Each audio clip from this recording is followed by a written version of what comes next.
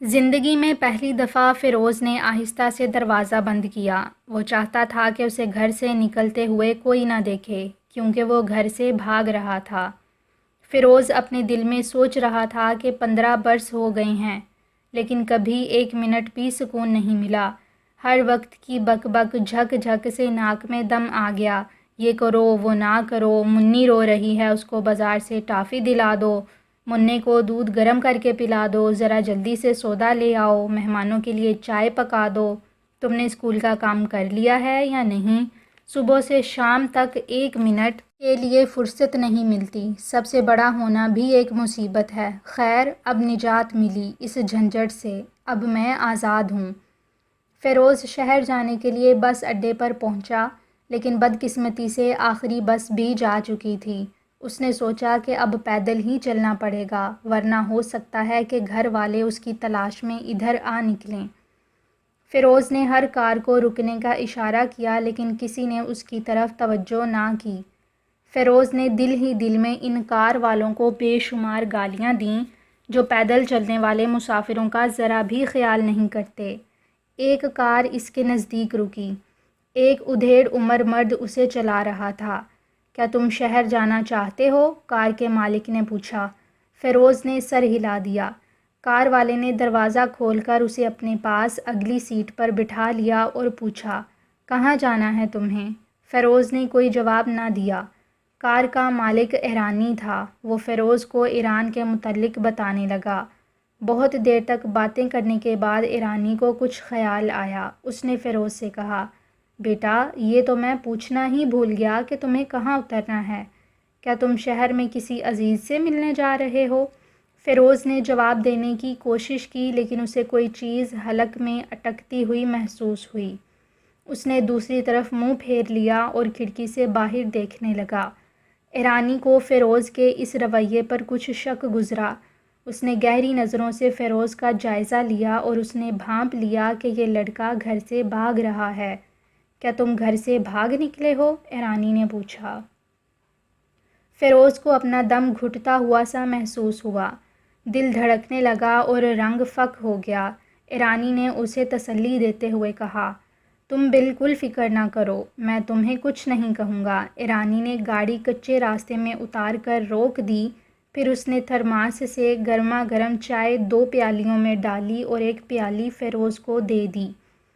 ایرانی نے چائے کا گھونٹ بڑھا اور مسکراتے ہوئے بولا، کبھی میں بھی تمہاری طرح ایک بزدل اور کم ہمت لڑکا تھا اور اپنے گھر والوں سے تنگ آ کر بھاگ نکلا تھا۔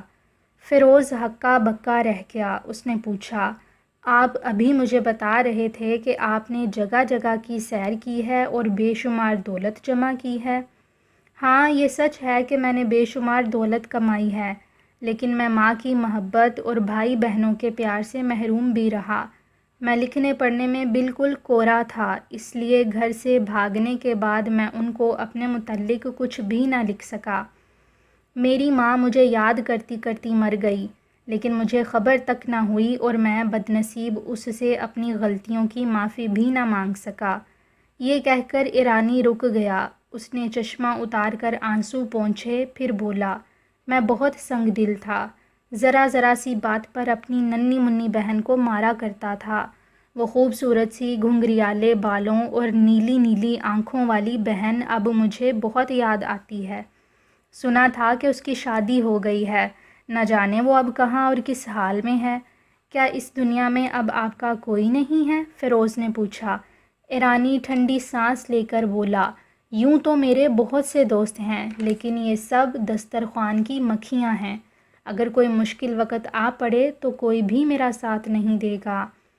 اب اجنبی ذرا مسکرایا۔ اس نے فیروز سے کہا، دیکھا میں کتنا بیوقوف اور بزدل تھا۔ اب اتنی بے شمار دولت میرے پاس موجود ہے، لیکن مجھے نہ ماں کی محبت میسر ہے نہ بہن کا پیار۔ اگر تمہارے ماں باپ اور بہن بھائی ہوں تو تم ان کو چھوڑ کر مت بھاگنا، ورنہ تمہاری ماں تمہاری یاد میں تڑپ تڑپ کر مر جائے گی۔ نہیں نہیں، میں اپنی ماں کو چھوڑ نہیں سکتا، میں اپنے بھائی بہن کو چھوڑ کر نہیں بھاگوں گا۔ بیچارہ فیروز آنکھوں پر ہاتھ رکھ کر سسکیاں لینے لگا۔ ایرانی مسکرا کر بولا، مجھے تمہاری اس بات سے بے حد خوشی ہوئی۔ آؤ اب واپس چلیں، میں تم کو تمہارے مکان پر اتار دوں گا۔ ایرانی نے گاڑی موڑی اور اسی راستے پر واپس چل پڑا۔ فیروز اسے اپنے گھر کا راستہ بتاتا رہا۔ کچھ دیر کے بعد ان کی گاڑی فیروز کے مکان کے باہر کھڑی تھی۔ فیروز کی ماں دوڑتی ہوئی ان کی طرف آئی۔ اس نے فیروز کو سینے سے لگا کر بہت پیار کیا اور بولی، کہاں چلے گئے تھے بیٹے؟ میں بہت دیر سے تمہاری راہ دیکھ رہی تھی۔ میں تمہارا صندوق کھلا پڑا دیکھا اور کپڑے غائب دیکھ کر سمجھی کہ تم بھی اپنے ماموں اسلم کی طرح گھر سے بھاگ گئے ہو۔ عین اسی وقت ایک عجیب واقعہ ہوا۔ ایرانی جو اپنی کار چلانے ہی والا تھا، کار سے باہر نکلا اور فیروز کی ماں کو گھور گھور کر دیکھنے لگا۔ پھر وہ آہستہ آہستہ چلتا ہوا ان کے نزدیک آیا۔ وہی نیلی نیلی آنکھیں، وہی گھنگریالے بال، وہی مسکراتا چہرہ۔ ایرانی آہستہ سے بڑبڑایا۔ فیروز کی ماں نے ایرانی کو حیرت سے دیکھا۔ ایرانی التجائیہ لہجے میں بولا، بہن خدا کے لیے میری دل شکنی نہ کرنا، ایک دفعہ اپنے منہ سے کہہ دو کہ تم فاطمہ ہو۔ اوہ اسلم بھائی جان! فیروز کی ماں خوشی کی چیخ مار کر ایرانی سے لپٹ گئی۔ خدا کا شکر ہے آپ زندہ ہیں۔ امی جان آپ کی راہ دیکھتے دیکھتے وفات پا گئیں۔ ہاں فاطمہ مجھے معلوم ہے۔ ایرانی اپنی آنکھوں سے آنسو پونچھ کر بولا۔ ادھر آؤ فیروز بیٹے، دیکھو یہ تمہارے ماموں ہیں، فیروز کی امی نے کہا۔ فیروز شرارت سے بولا، جی میں انہیں بہت دیر سے جانتا ہوں۔ اسلم صاحب کہا مار کر بولے، بلکہ یہی صاحب مجھے پکڑ کر لائے ہیں۔ تینوں خوش خوش گھر میں داخل ہو گئے۔